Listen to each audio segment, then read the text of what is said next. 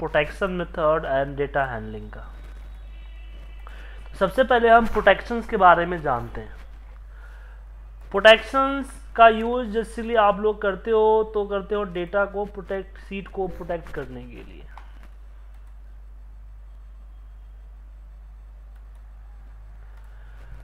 Data को protect करने के लिए और सीट को आपस में प्रोटेक्ट करने के लिए हम यूज करते हैं प्रोटेक्शन मेथड। प्रोटेक्शन मेथड में हम आगे जो हमारा जो आगे का चीज़ें हैं वो चीज़ पे हम ध्यान देते हैं सबसे ज़्यादा। नॉर्मली आप लोग क्या करते हो कि सीट पे कोई टाइप ना करे इसलिए राइट क्लिक करते हो और प्रोटेक्ट सीट पे यहाँ पे जाके पासवर्ड आप डाल देते हो, कंफर्म पासवर्ड एंड ओके। अब आपका सीट प्रोटेक्ट हो गया, मतलब कि इस सीट पे कोई भी पर्सन टाइपिंग नहीं कर सकेगा। कोई भी चाहे तो इस पे मैं टाइपिंग नहीं करने दे सकता है क्योंकि ये सीट प्रोटेक्टेड हो चुका है।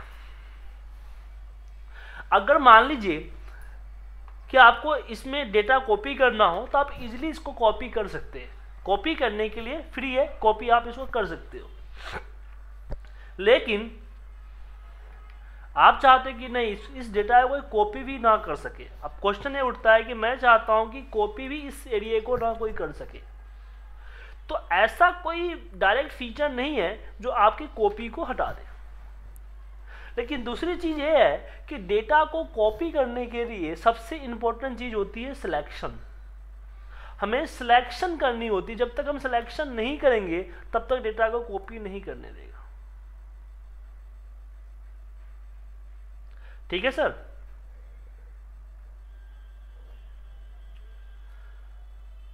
अगर हम सिलेक्शन को हटा दें, हम ऐसी कमांड दे दें कि हमारा सिलेक्शन ही ना हो सके, तो ऐसा हम कर सकते हैं। जब भी हम सीट को प्रोटेक्ट करते हैं तो प्रोटेक्ट करते समय हमारे पास कुछ चीजें चेकबॉक्स होता है। तो इसका जो हेडिंग है वो हेडिंग है allow all user for this worksheet to.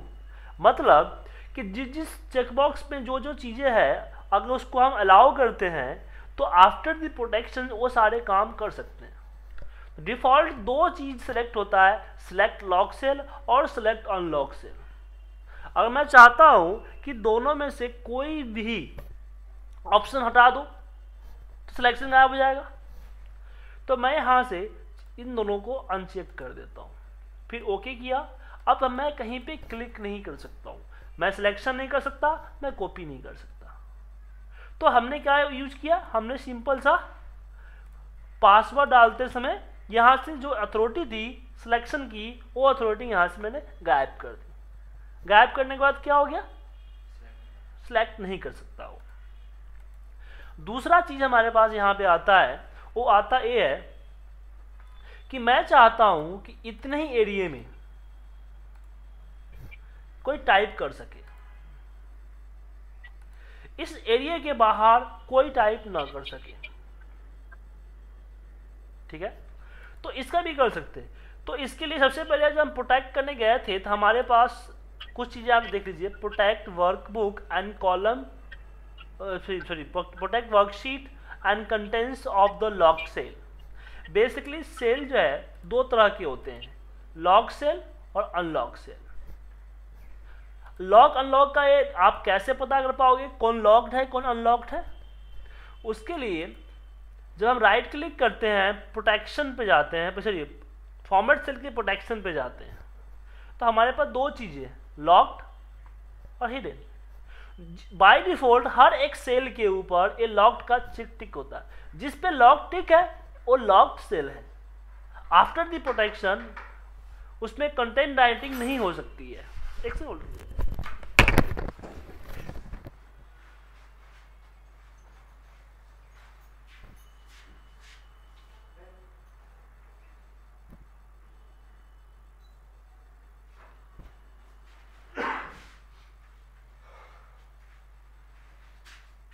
आ गया था। आफ्टर दी प्रोटेक्शन इसमें कोई टाइपिंग कोई कंटेंट राइटिंग नहीं हो सकती है।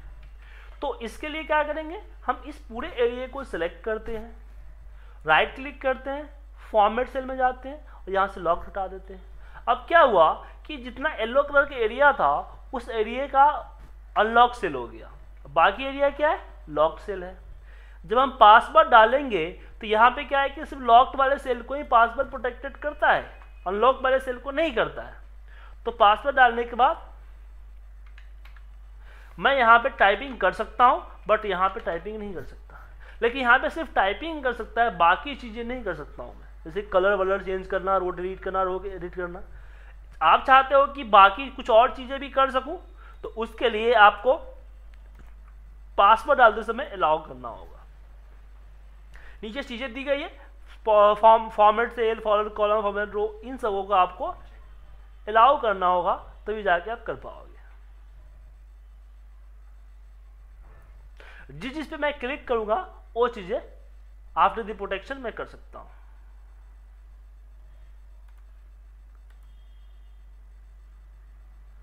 नहीं, मेरी आवाज आपको नहीं आ रही है ऐश्वर्या जी क्या?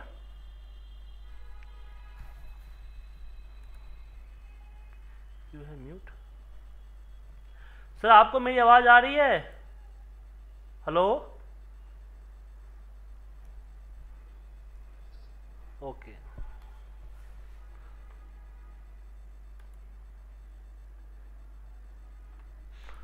वो आपको मैं आपकी ऐसे भी पीछे से वो थोड़ी सी शोर आ रहा है, और आप ऐसे भी आपकी आवाज़ तो मुझे आती नहीं है।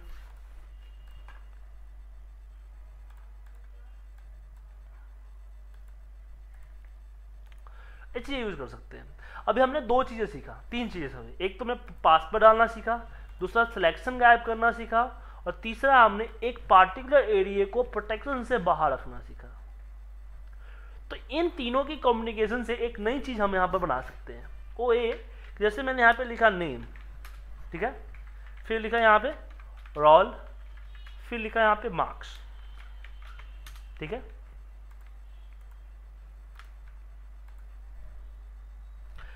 अब यहाँ पे मैं चाहता हूँ इसमें कि अगर मैं एंटर प्रेस करूँ तो मेरा कर्सर डायरेक्ट जंप होके यहाँ पे आए, फिर एंटर प्रेस करूँ डायरेक्ट कर्सर जंप होके यहाँ पे आए।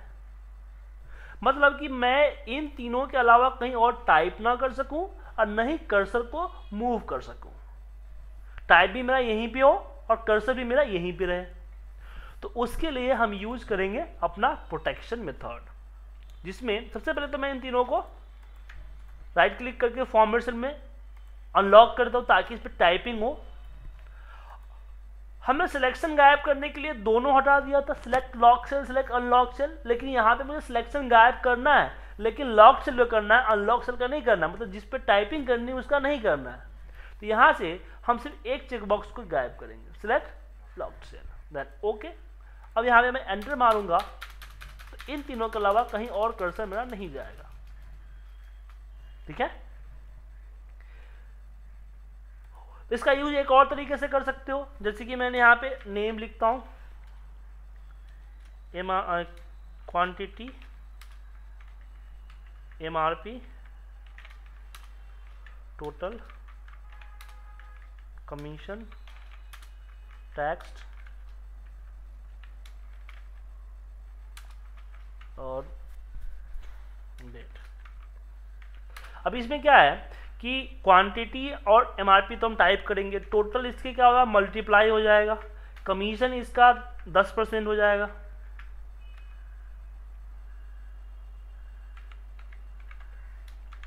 और टैक्स इसका, टोटल का जो टैक्स है वो टैक्स हो जाएगा 12%, ठीक है। और डेट फिर मैनुअली टाइप करना, और मैं इसको नीचे तक ड्रैग कर देता हूँ। तो अभी अगर मैं टाइप करूँ तो जैसे मैंने टाइप किया नेम, नेम में हमने टाइप किया, मान लो किसी का रवि का नाम डाला, रवि, क्वांटिटी इसका 50 था, MRP इसकी 400 रुपये था, और जैसे टोटल पे किया बाकी अपने आप आ गया। तो 3 कॉलम मुझे इसके लिए पार करना पड़ा, और फिर यहाँ पे हमने डेट डाल दिया, ठीक है ना। तो यहाँ पे एक काम और कर सकते हैं, हम क्या कर सकते हैं कि पूरे कॉलम, पूरे के सीट को मैं सिलेक्ट करके इसको मैं अनलॉक कर दिया, फॉर्मेट में जाके अनलॉक। अब क्या होगा कि पूरे सीट पे मेरा टाइपिंग होगा, ओवरऑल सीट पे। उसके बाद जो जिसमें फॉर्मूला लगा था उसको मैंने फॉर्मूला जाके वापस लॉक लगा दिया, मतलब पूरे में टाइप होगा सिर्फ इन तीनों के अलावा।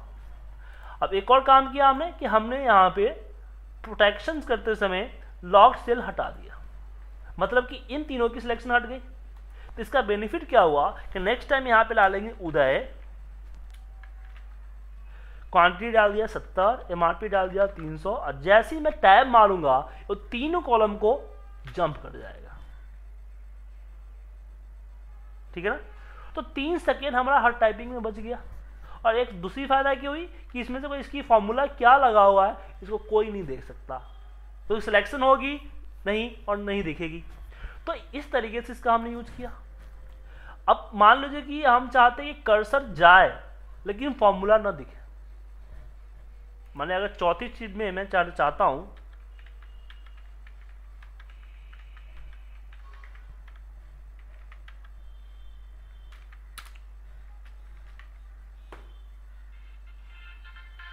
एक से मतलब हेलो सुजीत कुमार जी। हाँ मैं स्टेट बैंक से बोल रहा हूँ। बोलिए। एक फोन आ गया था स्टेट बैंक से। तो यहाँ पे हमें इसकी जो फॉर्मूले है इस फॉर्मूले को रिमूव करना है हमें। तो इसके लिए हम करेंगे राइट क्लिक, फॉर्मेट सेल, और फिर यहाँ पे लॉक को हटा देंगे और साथ में हिडन लॉक भी रख दो, कुछ दिक्कत नहीं है। हिडन पे क्लिक करने से आपका इसका फॉर्मूला हाइड हो जाता है। ओके कीजिए, right click, protect sheet, password डालिए एंड ओके। और यहाँ पे दिख रहा है। अगर कुछ को कॉपी भी करके कहीं पेस्ट करेगा ना तो फॉर्मूला नहीं वैल्यू ही पेस्ट होगा। तो फॉर्मूला हाइड करने का सबसे अच्छा तरीका था। तो फॉर्मूला आप इस तरीके से हाइड कर सकते हो। मैं दोबारा बताता हूँ किस तरीके से हाइड कर सकते हो आप। सबसे पहले तो आप इसके राइट क्लिक करके फॉर्मेट सेल पे जाओ, इसमें हिडन पे क्लिक करना है। बाय डिफॉल्ट हिडन पे क्लिक नहीं होता, आपको हिडन पे क्लिक करना है, फिर ओके कीजिए और फिर इस पर आप पासवर्ड डालो। जब तक पासवर्ड नहीं डालोगे तब तक एप्लीकेबल नहीं होगा, यहां से आपका गायब हो जाएगा। महेश्वर जी समझ में आया आपको? कोई डाउट?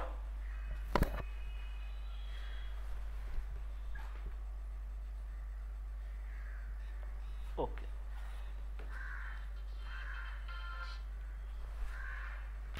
सीट मेरा सिक्योर नहीं है। क्यों? क्योंकि सीट को मैं इजीली डिलीट कर सकता हूं। राइट क्लिक किया और डिलीट मार दूंगा। तो सीट के अंदर हमने प्रोटेक्शन कर दी। अब मुझे जरूरत पड़ती है कि मैं ऐसा करना चाहता हूं कि मेरा सीट भी डिलीट ना हो, कि मेरा सीट भी कोई डिलीट ना कर सके। ठीक है। तो उसके लिए हम यूज करते हैं रिव्यू के अंदर हमारे पास ऑप्शन होता है protect workbook. Protect workbook and structure पे हम स्ट्रक्चर एंड विंडो पे जाएंगे। ठीक है ना। और यहां से हम इसका यूज कर सकते हैं। पासवर्ड डालिए एंड ओके, राइट क्लिक कीजिए। अब यहां पे ना आप सीट इंसर्ट कर सकते हो, ना सीट डिलीट कर सकते हो, और न ही सीट पे रिनेम, सीट की कोई भी चीजें आप छेड़खानी नहीं कर सकते हो। ये होता है आपका प्रोटेक्ट वर्कबुक। ठीक है। प्रोटेक्ट वर्कबुक में दो ऑप्शन था। एक ऑप्शन था स्ट्रक्चर, एक था विंडो। स्ट्रक्चर करने से सीट से रिलेटेड चीजें हटा सकते हो। विंडो जब क्लिक करोगे तो आप यहां पे जो चीजें दो बार आती है ना, यहां पे नहीं समझे आप, एक पार्टिकुलर देखिए इसके दो होते हैं, एक एप्लीकेशन का होता है, एक फाइल का होता है। अगर इसको करते हो तो पूरी एप्लीकेशन मिनिमाइज मैक्सिमाइज होती है। अगर मैं इसको करूं तो एक फाइल होता है, सिर्फ फाइल होता है, एप्लीकेशन नहीं होता, सिर्फ फाइल। नीचे देख लो सारे फाइल्स हैं। ठीक है। तो ये फाइल की जो मिनिमाइज मैक्सिमाइज होती है वो स्ट्रक्चर में विंडो को पे क्लिक करने के बाद हो जाती है। ठीक है। तो स्ट्रक्चर और विंडो का एक डिफरेंस होता है। अब इसमें एक और इंपॉर्टेंट चीज हम बताते हैं आपको कि हमने अभी थोड़ी देर पहले इस पे डिस्कस किया था कि इस पे हम टाइपिंग कर सकते हैं, बाहर टाइपिंग नहीं कर सकते हैं। अब इसमें प्रॉब्लम ये आता है कि मैं इतने एरिया में टाइपिंग तो करना चाहता हूं लेकिन मैं पब्लिकली इसको टाइप नहीं करने देना चाहता हूं। कुछ सिलेक्टेड पर बाकी एरिया पे तो कोई टाइप नहीं कर सके, कोई भी पर्सन, बाकी इतने एरिया पे कुछ सिलेक्टेड पर्सन टाइप कर सके। तो उसके लिए आपके पास रिव्यू में ऑप्शन होता है allow user edit range. Allow user edit range में जाइए, न्यू पे क्लिक कीजिए और यहां पे पासवर्ड डाल दीजिए, देन ओके, वापस पासवर्ड डालिए, then okay, apply and okay. फिर राइट क्लिक कीजिए, प्रोटेक्ट शीट, पासवर्ड डालिए and okay.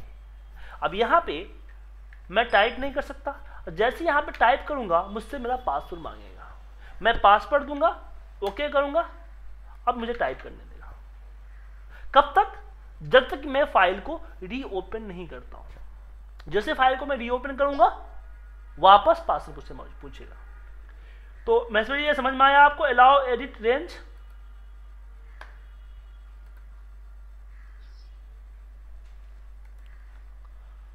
Okay, allow user edit range के बाद आगे चलते हैं। अगर मुझे फाइल में ओपनिंग पासवर्ड लगानी हो तो,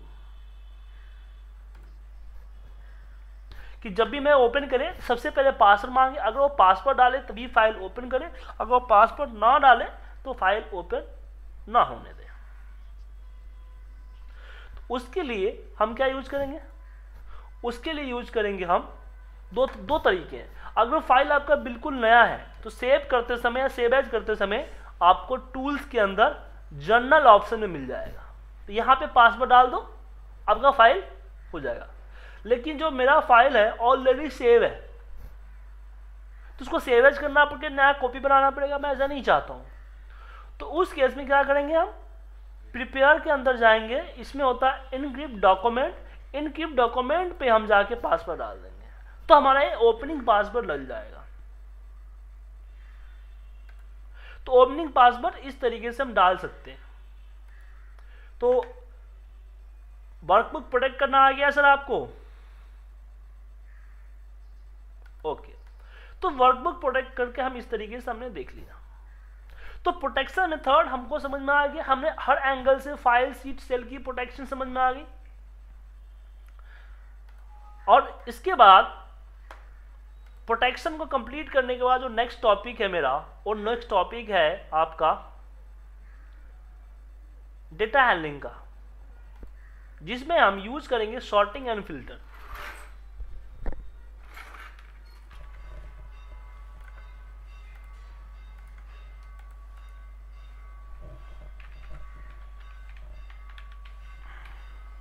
ठीक है, और इक्वल करते हैं तो यहां पे मुझे इसका ए निकल लगा देता है कि इसके सम जो है सम यहां पे आ गया। तो ऑल्ट इक्वल होता है तो वो होता है कहलाता है ऑटो सम, जो कि मैं यहां से भी डाल सकता हूं, सम की जगह एवरेज वगैरह डाल सकते हो। बाय डिफॉल्ट आपको एक होता है ऑल्ट इक्वल, बाकी करना हो तब यहां से कर सकते हो। उसके बाद था डेटा फिल करने का।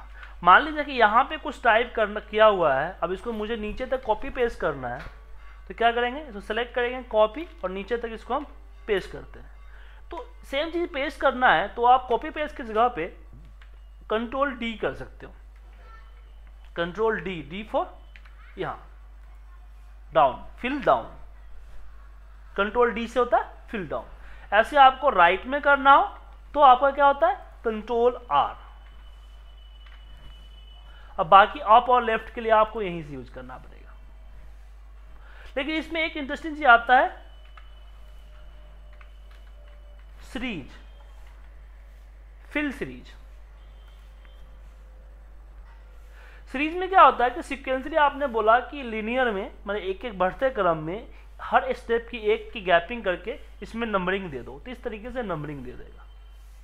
और आप चाहते हो कि नहीं हर ऑड नंबर आ जाए, मतलब कि ये 2 2 3 का गैप है, तो जितना गैप डालोगे, मैं बोला यहाँ पे 2 का गैप आ जाए तो हर नंबर के बीच में 2 का गैप होगा, 1 3 5 7 9। तो इस तरह की चीजें इसका यूज कर सकते हैं हम। लिखने के बाद एक ग्रोथ होता है, इसमें 2 डाला और मैंने इसमें सीरीज में गया और 2 इसको मैंने लिख दिया और ग्रोथ कर दिया मैंने यहाँ पे। तो क्या होगा कि अब ये जुड़ेगा नहीं, प्लस नहीं होगा, मल्टीप्लाई करता चला जाएगा, ग्रोथिंग करता जाएगा, हर एक दूसरे में मल्टीप्लाई। यहाँ से कि मल्टीप्लाई 2 से 4 आया, 4 8 16, इस तरह से आगे भी मल्टीप्लाई होते चला गया। तो इस तरह से आप इसको मल्टीप्लाई कर सकते हो। ठीक है, मल्टीप्लाई के बाद अगर हमारा डेट हुआ तो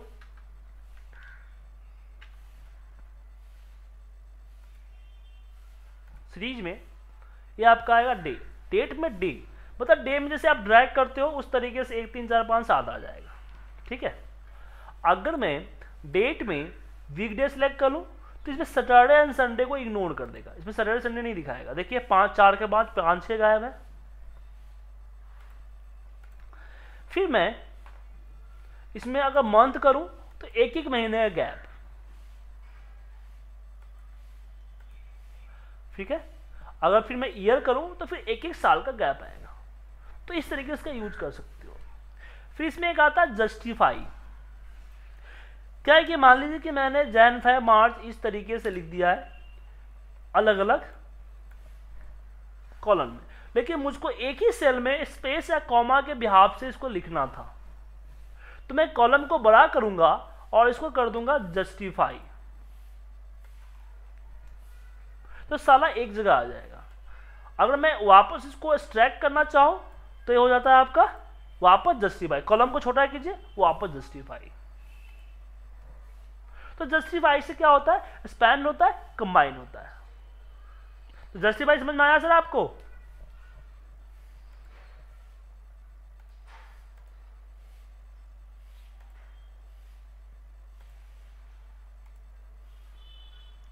फिर इसमें आता है क्लियर।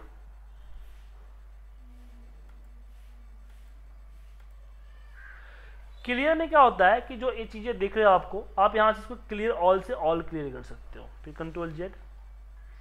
फिर इसमें आप क्लियर फॉर्मेट, सिर्फ फॉर्मेटिंग क्लियर कर सकते हो। क्लियर कंटेंट, सिर्फ कंटेंट क्लियर हो सकता है। क्लियर कमेंट, सिर्फ कमेंट क्लियर हो सकता है। तो क्लियर की चीजें आप यहां पे अप्लाई कर सकते हो। उसके बाद हमारे पास आता है डेटा सॉर्टिंग। अब सबसे पहले इस बात को जानते हैं हम डेटा को शॉर्ट क्यों करते हैं। डेटा को शॉर्ट हम करते हैं अपने डेटा को असेंडिंग और डिसेंडिंग के लिए, मतलब करने के मतलब एक सीक्वेंसली डेटा को अरेंज करने के लिए हम इसका यूज करते हैं कि डेटा को हम सीक्वेंसली अरेंज कर सके, तो उसके लिए इसका यूज करते हैं। उसके बाद अब इसमें ये जो होता है कि यहां पे जो आपको दिख रहा है शॉर्टिंग सिर्फ टेक्स्ट के जरिए नहीं होता है, हम डेट पे भी कर सकते हैं, हम नंबर पे भी कर सकते हैं। तो शॉर्टिंग तो जनरली आप लोग यूज करते हो, लेकिन इसके जो चीज़ें हैं वो चीज़ें मैं आपके यहाँ पे कंफर्म कर देता हूँ। मैंने इसको सेलेक्ट किया और यहाँ पे चला गया कस्टम शॉर्ट। देखिए जनरली जो आपको short A to Z Z to Z है वो पहले के अकॉर्डिंग शॉर्ट हो सकता है। ठीक है, और दूसरा है कि अगर मैं डेटा सेलेक्ट भी ना करूँ, मैं कर्सर यहाँ पे रख दूँ तो मेरा शॉर्टिंग पूरा का पूरा हो जाएगा। तो इसमें दो चीज़ें होती है कि हम शॉर्टिंग के सिलेक्शन कब करें और बिना सिलेक्शन किए शॉर्टिंग कब करें। जैसे मान लो कि डीपीएल के अकॉर्डिंग शॉर्ट करना है तो डीपीएल में कर्सर रखूंगा, मैं शॉर्ट पे क्लिक कर दूंगा तो मेरा पूरा डेटा शॉर्ट हो जाएगा डीपीएल के अकॉर्डिंग। लेकिन किस कंडीशंस में, देखिए अगर आपका डेटा में कहीं भी रो ब्लैंक नहीं है, पूरा का पूरा रो अगर ब्लैंक नहीं है तो आप डायरेक्ट यहां से शॉर्टिंग अप्लाई कर सकते हो। अगर यहाँ पे ब्लैंक हुआ, अगर आप यहाँ से डायरेक्ट शॉर्टिंग बिना सिलेक्शन किए कर सकते हो तो क्या होगा, आपका सिर्फ इतना ही डेटा जो आपका यहाँ तक का डेटा है सिर्फ उतना ही डेटा आपका शॉर्ट होगा, बाकी डेटा आपका शॉर्ट नहीं होगा। ठीक है, तो इस चीज से बचने के लिए आपको सिलेक्शन करना पड़ेगा। दूसरा कि अगर आपको सिलेक्शन करके शॉर्टिंग कब करनी पड़ेगी, मान लीजिएगा आपको शॉर्टिंग एक नहीं 2 3 कंडीशन में चाहिए, तो उस केस में हम कस्टम शॉर्ट यूज करेंगे। कस्टम शॉर्ट यहाँ पे सबसे पहले मैंने सेलेक्ट किया। अब यहाँ पे कभी कभी क्या होता है कि इस तरीके से ABCD आएगा, इसका मतलब है कि आपको यहाँ पे क्लिक नहीं किया। जैसे यहाँ पे क्लिक करोगे फिर आपके हेडिंग आने स्टार्ट हो जाएंगे।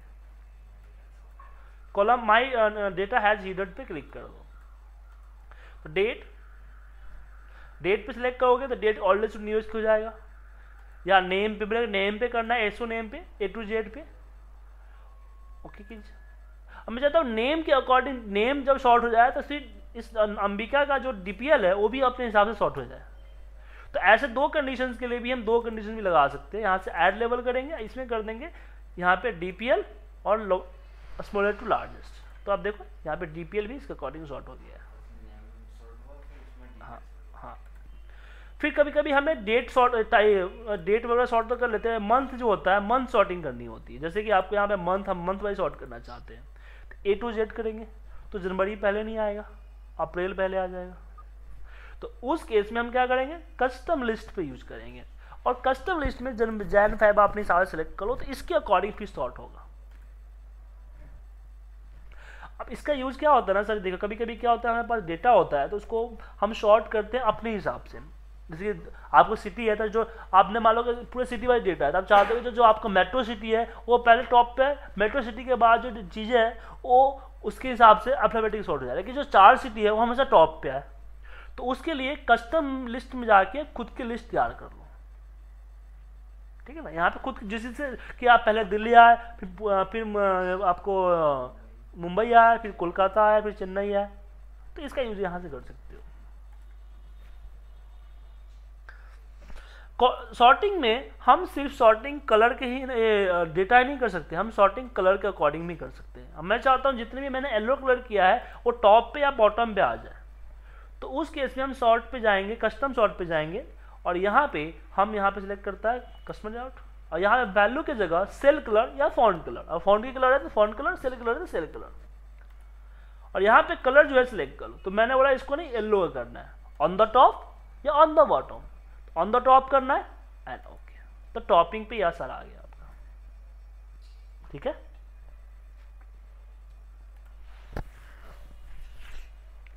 उसके बाद आगे बढ़ते हैं। कस्टम सॉर्ट में एक चीज और होती है कि आप आइकन्स के अकॉर्डिंग भी सॉर्ट कर सकते हो। जैसे मैंने यहाँ पे कंडीशनल फॉर्मेटिंग लगा के आइकन्स लगा दिए, तो आइकन्स के अकॉर्डिंग भी हम सॉर्ट कर सकते हैं। कस्टम सॉर्ट DPL, और यहाँ पे सेल की जगह सेल आइकन, यहाँ पे आइकन जिसको ऊपर रखना चाहते हो टॉप बॉटम यहाँ सेलेक्ट कर सकते हो।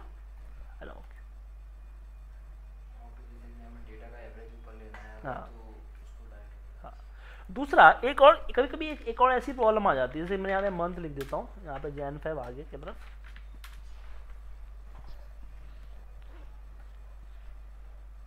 ठीक है, और यहाँ पे आपका जाता है सेल्स।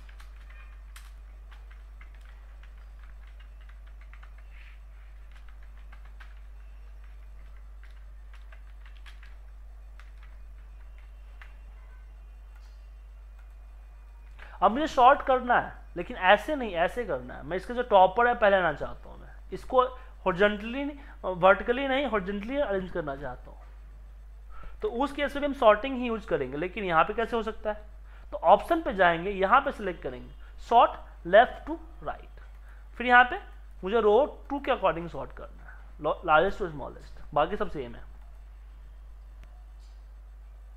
ठीक है। हाँ हाँ हाँ, ये हेडर्स नहीं आते इसमें, रो का रो नंबर आते हैं, क्योंकि ये इस तरीके से सॉर्ट होता है ना कि इस तरीके से।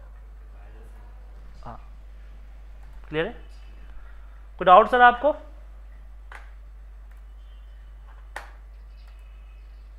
ओके, अब बात आती है फिल्टर की।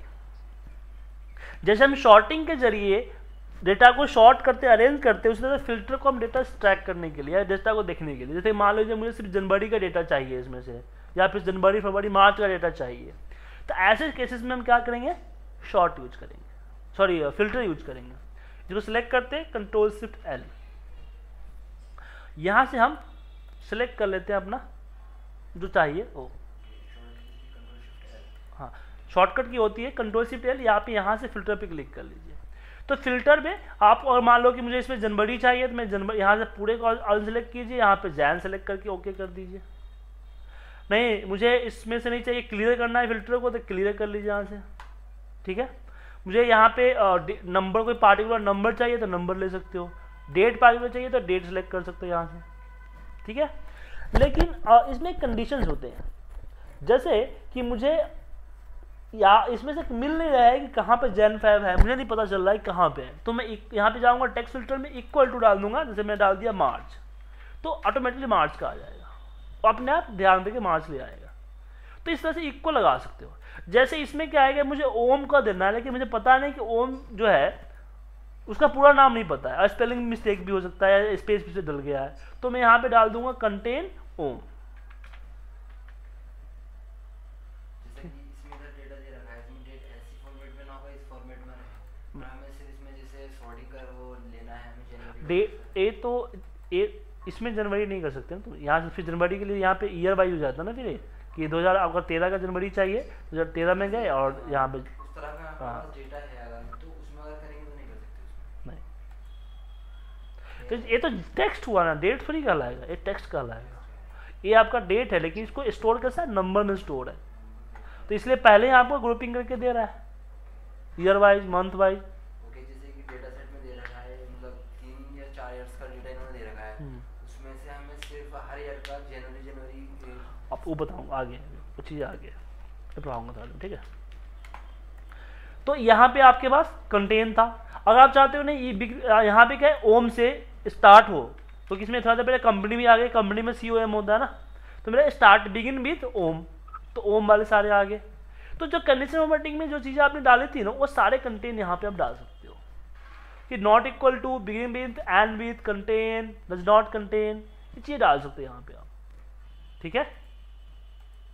उसके बाद सेम इसी तरह से नंबर पे भी आता है, कि नंबर पे आप equal, does not equal, greater than equal to, less than equal to, and between डाल सकते हो। टॉप 10, टॉपर 10, टॉपर 100, या बॉटम करना चाहते हो तो टॉप के नीचे ही बॉटम होता है, तो उसको बॉटम भी सिलेक्ट कर सकते हो आप, तो आपको यहाँ पे ये चीज़ आ जाएगी, ठीक है। उसके बाद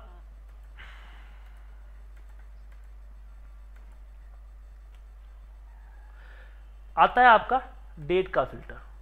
डेट फिल्टर में सबसे पहले तो आपको डेट ईयर वाइज इस तरह से ग्रुप होके आएंगे। आपको मान लो इस ईयर का जो मंथ चाहिए वो मंथ, जिस पे चेक करोगे आ जाएगा उस मंथ का पार्टिकुलर डेट, तो इस तरह से आप ग्रुपिंग होके आता है, तो उस चीज़ को आप देख सकते हो। अगर आपको कंडीशन चाहिए तो कंडीशन में आपको यहाँ पे डेट फिल्टर मिलेगा, इक्वल एक पार्टिकुलर डेट को आपको फिल्टर करना है, तो इसका यूज कर सकते हो।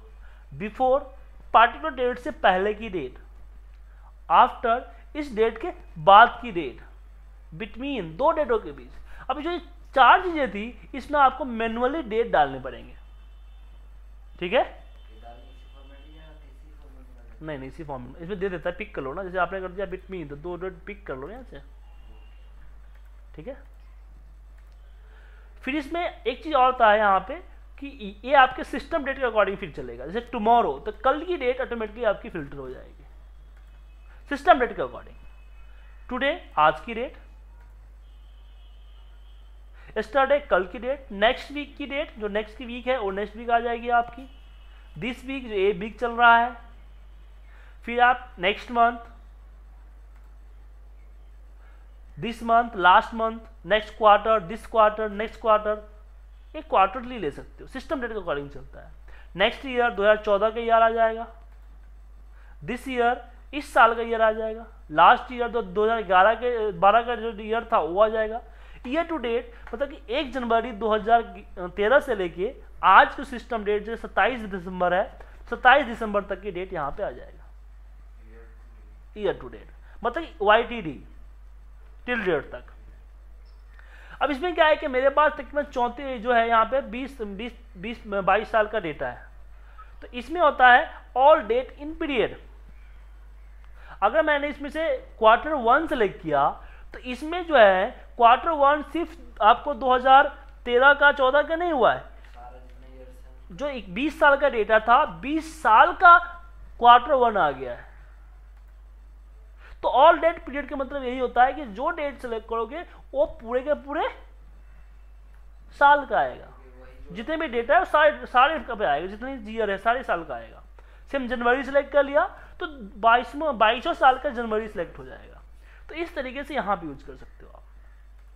फिर फिल्टर बाई कलर होता है कि इसमें आप कलर की फिल्टर भी कर सकते हो, जो कलर सेलेक्ट करोगे वही फिल्टर आपको आ जाएगा।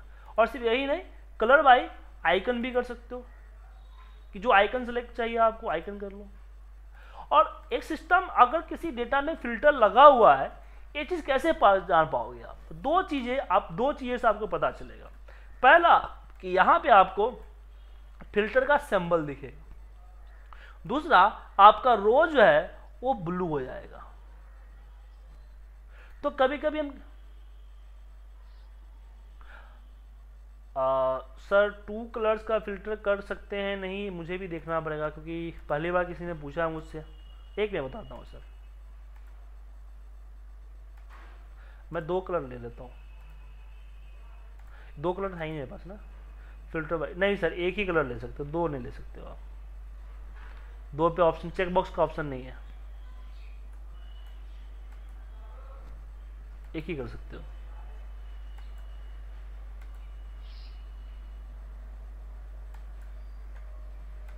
एक ही कर सकते हो, 2 नहीं कर सकते हो आप। ठीक है, तो फिल्टर समझ में आ गया।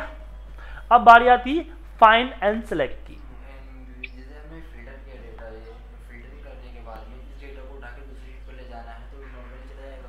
हाँ, नॉर्मल चला जाता है। अगर नॉर्मल नहीं जाता, दूसरा तरीके वही समझा रहा हूँ, नेक्स्ट टॉपिक आपका वही है। देखिए कभी कभी क्या होता है कि हम जब फिल्टर में डेटा फिल्टरिंग करते हैं तो छोटी सी एक प्रॉब्लम हो सकती थी। जरूरी नहीं कि होगी, लेकिन हो सकती है। जैसे कि मान लीजिए कि आपने इसको हाइड कर दिया, हाइड किया, अब मैं इसको कॉपी करके मैं यहाँ पेस्ट करूंगा तो सिर्फ इतना एरिया पेस्ट नहीं होगा, पूरा एरिया पेस्ट होगा। और सेम चीज़ कभी कभी फिल्टर पे भी जरूर हो जाती है हमारी। फिल्टर भी आप लगाते हो ना, तो वहाँ पे भी ऐसी प्रॉब्लम हो सकती है। तो उस केस में हम क्या करते हैं कि हम सिलेक्शन कर लेते हैं। कॉपी करने से पहले हम फाइनल सेलेक्ट के गो टू स्पेशल में जाते हैं। इसमें हम सिलेक्ट करते हैं visual cells only, then okay. अब कॉपी करो तो सिर्फ उतना एरिया कॉपी होगा जितना एरिया विजुअल है। तो उस तक कॉपी, जब फिल्टर लगाने के बाद कॉपी करोगे तो वो चीज यहां पे भी अप्लाई कर सकते हो। ठीक है, आया समझ में सर?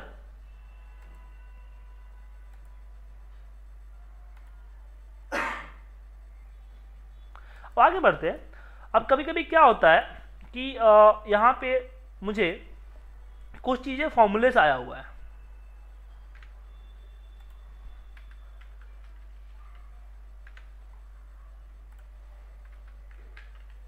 अब एक दो जगहों पे फॉर्मूला लगा हुआ है।